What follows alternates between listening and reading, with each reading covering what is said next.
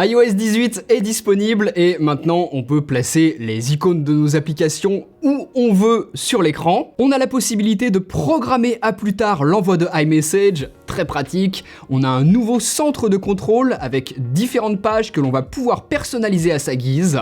On a également un nouveau mode sombre et plus globalement la possibilité de personnaliser l'apparence des icônes. Je vous en ai déjà parlé en détail dans une vidéo sur la chaîne YouTube que vous pouvez aller voir pour en savoir plus, mais il y a aussi plein d'autres nouveautés d'iOS 18 bien moins évidentes à trouver, donc on va en parler ensemble aujourd'hui. C'est parti. Avec iOS 18, lorsque vous recevez un coup de fil et que vous ne décrochez pas, que ça part sur boîte vocale ou alors que vous l'envoyez volontairement dessus, lorsque la personne va commencer à laisser son message, vous voyez que vous avez une retranscription en temps réel de ce qu'elle vous dit. Vous pouvez décrocher à tout moment si vous vous rendez compte que c'est intéressant et que vous voulez prendre l'appel, ou alors lorsque la personne a terminé son message vocal, vous recevez cette notification sur votre iPhone et ça vous renvoie dans votre messagerie. Vous pouvez soit écouter le message, soit en lire la retranscription juste en dessous. C'est vraiment très bien fait. Et pour activer ou désactiver ça, ça se passe ici dans les réglages du téléphone. Donc sachant que ça consomme de la data à l'étranger, à votre place, moi je désactiverai ça pour pas avoir de mauvaises surprises suivant votre opérateur. iOS 18 va aussi permettre d'enregistrer nos conversations téléphoniques, donc pour l'instant c'est pas encore disponible en français, uniquement en anglais, mais ça arrivera dans une prochaine mise à jour d'iOS 18 un peu plus tard dans l'année. Ensuite, iOS 18 a ajouté un truc qui aurait dû exister depuis des années. Lorsque vous filmez, on a à présent ce nouveau bouton ici en bas à gauche qui permet de faire pause pendant que l'on filme. Donc ça va stopper l'enregistrement pendant quelques instants, tout ce qui se passera ne sera pas capturé et ensuite vous réappuyez dessus pour relancer l'enregistrement. Donc voilà comment ça s'utilise, vous pouvez faire pause autant de fois que vous voulez pendant que vous filmez avec iOS 18. Enfin! Autre nouveauté, les deux raccourcis que l'on a ici sur l'écran de verrouillage, eh bien iOS 18 nous laisse la possibilité de les changer. On va pouvoir mettre autre chose à la place, donc on le supprime. Ici, on a la liste de tout ce qu'il est possible d'utiliser, mettons par exemple le dictaphone. On valide et à présent, lorsque j'appuie sur ce bouton, ce n'est plus l'appareil photo qui se lance, mais mon dictaphone. Je peux enregistrer de cette manière très rapidement une note vocale. C'est plutôt une bonne idée là que je vous donne, moi je l'utilise de temps en temps. Et si vous vous demandez où se trouve maintenant l'appareil photo, eh bien il suffit de glisser à partir d'ici, du bord droit de votre iPhone pour activer l'appareil photo, même si vous n'avez plus le raccourci dans les deux petits boutons du dessous. Donc pas mal, je sais que certains attendaient ça depuis très longtemps, et ce qui est notamment intéressant de faire, c'est de choisir des raccourcis différents en fonction du mode de concentration que vous utilisez. Là, j'ai ma lampe torche et mon dictaphone que je viens de configurer, mais si je passe à l'un de mes autres modes de concentration, par exemple celui-ci, les deux petits raccourcis sont différents, vous le voyez. J'ai le minuteur et ma télécommande. Donc voilà, c'est quelque chose que je vous conseille de faire, en configurer des différents en fonction de vos modes de concentration, c'est quand même bien utile. Ensuite, regardez, ça peut être marrant, si vous allez dans les réglages d'accessibilité et dans les raccourcis vocaux, on va pouvoir donner un autre nom à Siri lorsqu'on l'appelle pour qu'il s'active sans que l'on utilise le bouton. Donc vous sélectionnez bien Siri ici, et là, vous choisissez comment vous voulez l'appeler. Donc comme il est un peu bébête, voilà, je vais l'appeler comme ça. Maintenant, lorsque je dirai cette phrase, ça activera Siri après que iOS 18 m'ait demandé de le répéter plusieurs fois pour bien identifier ma voix. Une fois que c'est configuré, eh bien, vous pouvez utiliser cette nouvelle méthode pour parler à Siri. Écoute, abruti. Quel temps fait-il à Lyon aujourd'hui? Voilà. Pour les iPhones qui ont l'encoche dynamique, lorsque l'on active la lampe torche, on a ce nouvel affichage et il est possible d'interagir avec. Vous voyez qu'on peut modifier l'intensité de la lumière de la lampe torche, mais également modifier la largeur du faisceau. Je peux faire quelque chose de très concentré ou au contraire beaucoup plus large, plus diffus. Donc voilà ce qu'il est possible de faire avec. C'est une animation qui est très réussie. Par contre, bon, c'est pas la chose la plus utile qui soit, on sera d'accord. Dans l'application téléphone, au lieu de rechercher de manière classique le contact que l'on souhaite appeler, avec iOS 18, on peut maintenant utiliser la méthode T9, donc en tapant les chiffres qui correspondent aux lettres qui sont inscrites dessus. Donc si vous aviez connu cette méthode de recherche de vos contacts avec les vieux téléphones, eh bien avec iOS 18, il est possible de le refaire et ça permet d'aller très rapidement rechercher des contacts, de taper beaucoup plus rapidement un nom qui serait peut-être un peu long.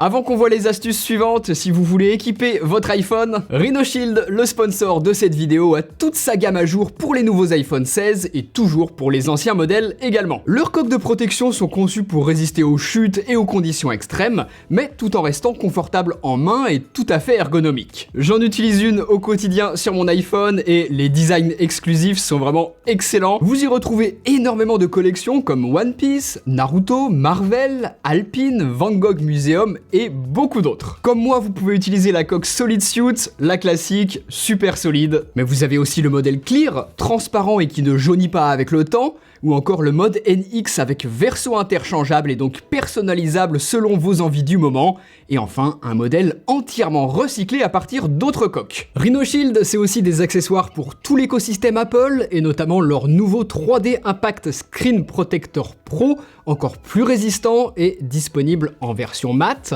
anti-espion pour que l'on ne voit pas votre écran, ou encore anti-lumière bleue. En ce moment, économisez jusqu'à 40% sur les nouvelles protections d'écran pro pour l'achat d'un combo coque plus protection d'écran, et vous avez également 10% supplémentaire avec mon code Steven24, donc profitez-en pour vous équiper. Avec iOS 18, on a aussi une nouveauté dans l'application Notes, c'est que l'on va pouvoir, une fois que l'on a sélectionné du texte, le surligner, donc ça se passe ici, et là vous avez plusieurs choix de couleurs, donc il n'y en a pas énormément, faudra faire avec, mais en tout cas, voilà, ça permet par exemple de surligner ceci en violet.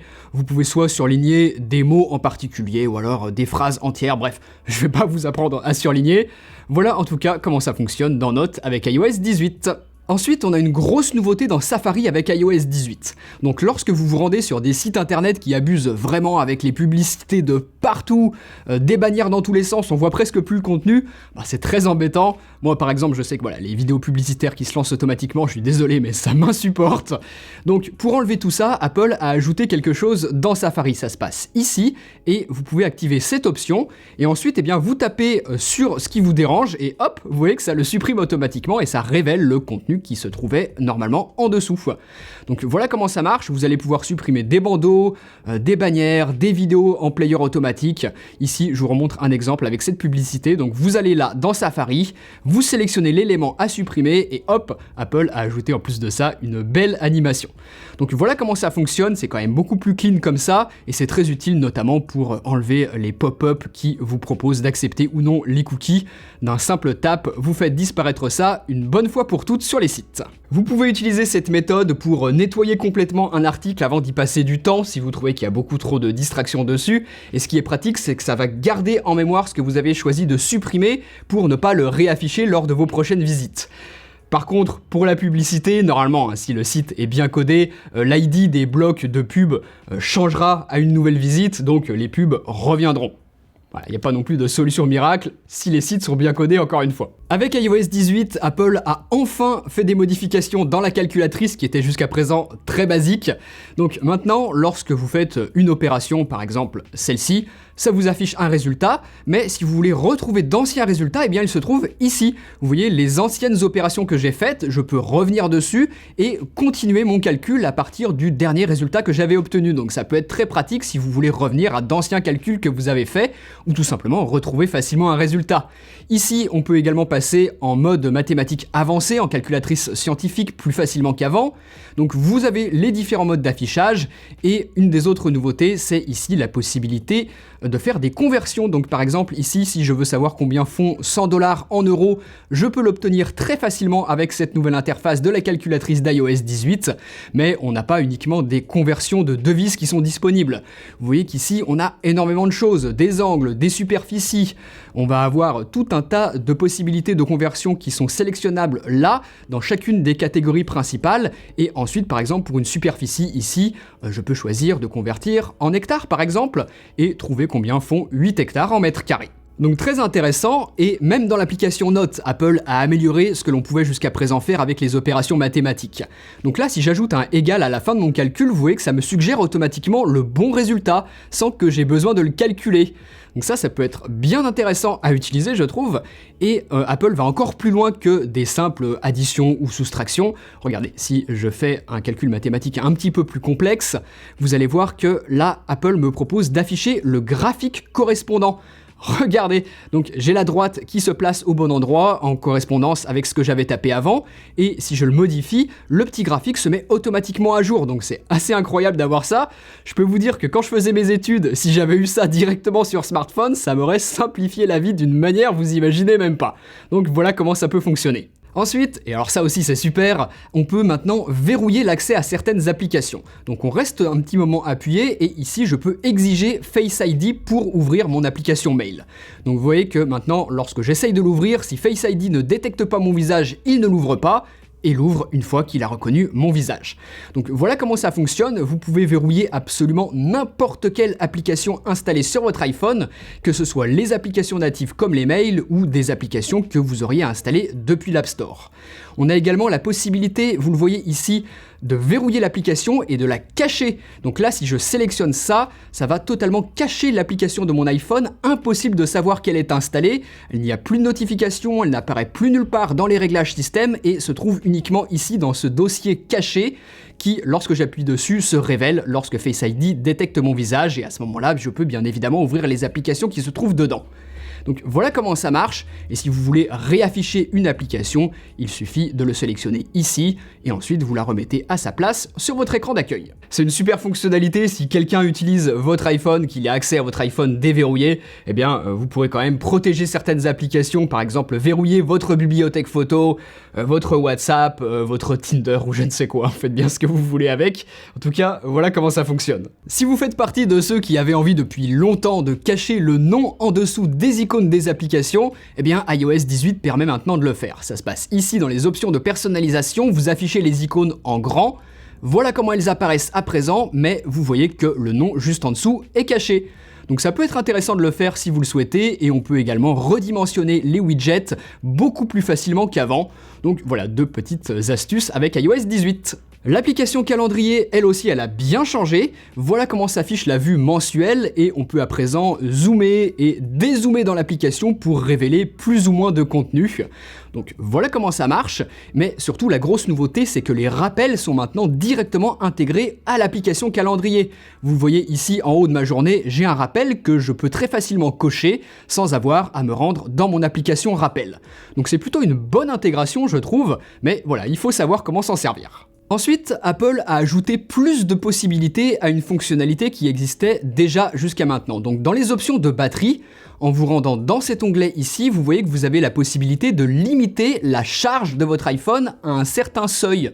On a plusieurs possibilités, 80, 85, 90, 95 et 100%. Donc vous pouvez, si vous le souhaitez, empêcher que votre iPhone ne se charge pleinement. Vous savez peut-être que pour préserver au mieux l'autonomie d'une batterie au fil du temps, eh bien il vaut mieux éviter de la charger à 100% et la laisser se décharger entièrement. Donc ce nouvel ajout, ça peut être une excellente fonctionnalité. Le 80% qu'on avait jusqu'à maintenant, c'était peut-être un peu trop hardcore puisqu'on se privait volontairement de 20%, c'était quand même beaucoup.